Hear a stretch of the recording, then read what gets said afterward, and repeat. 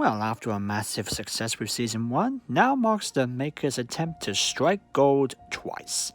As I mentioned in my introduction, I would not be counting Christmas specials for this marathon, but I might as well give my quick thoughts since the Christmas invasion does actually mark David Tennant's partially first episode.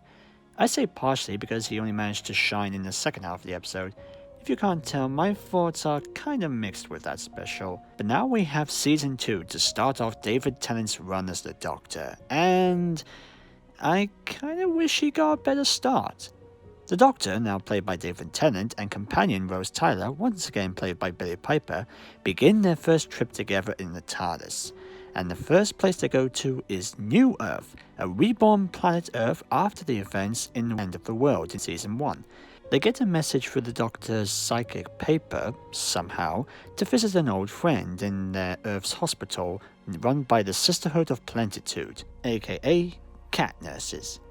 But little do they know that there is a secret conspiracy behind the cat's whiskers, as there are apparently cures to impossible diseases based on experiments on human clone life forms.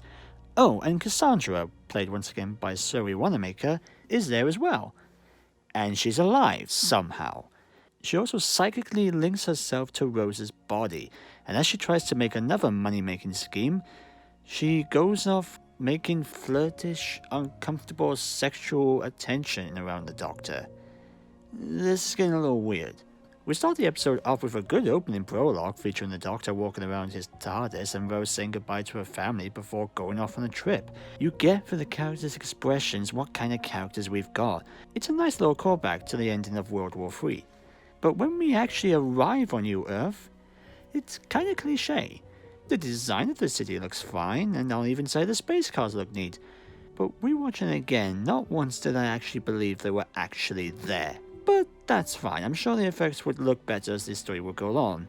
Well, some effects do. I mean, I do love the makeup effect done for the cat nurses. The face of Bo returns, and he looks a little better in this. But then you get a lot of green screen effects, a lot of CGI, and it's obviously filmed in the Wills Millennium Center Theatre. Now, as a child, I didn't mind it. It kind of felt like watching a fun cartoon. But looking back, there are some minor nitpick, yet off-putting moments. I like the idea of there being a new story or continuation with the setting of Episode 2 in Season 1. I mean, the end of the world worked well with the Ninth Doctor's psyche, with the world blowing up after the Time War. And now here, the Doctor is reborn, and he got to see the Earth get reborn as well. It's a nice little bookend. I did say I wanted to see how the humans from the original planet feel after the world blowing up, and how the working class system is explored in this world. We kinda get that here. I think if I remember, they said the planet actually belonged to the Sisterhood of Plentitude, only to be taken by the human refugees, which in itself is a nice story to tell.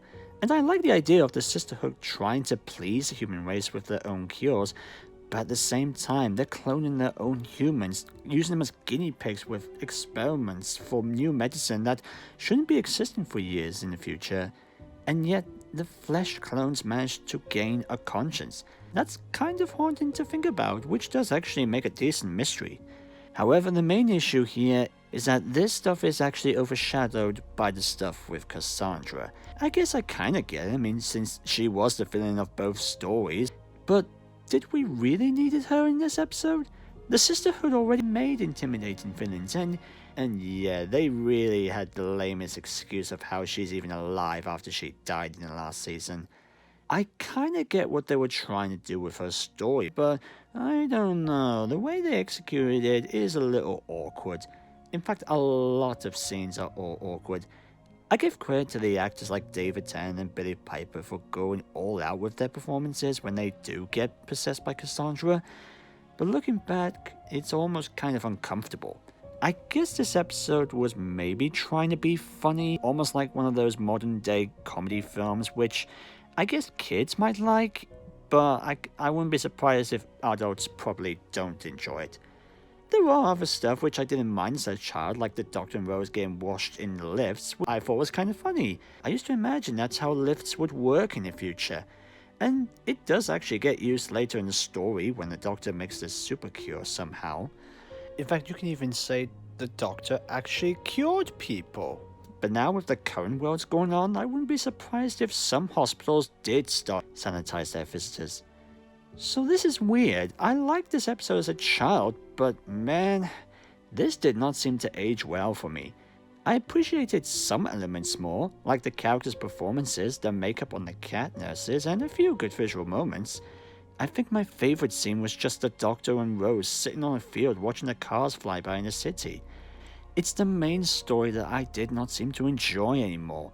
It almost just seems like Russell T Davies' sexual writing just kicked in and he didn't have enough time to rewrite it. If you like this episode, I guess it's fine, you do you.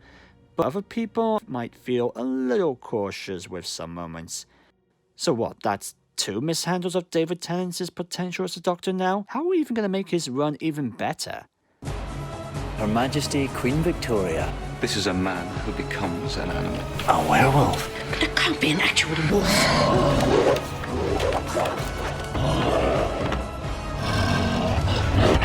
Bullets can't stop it!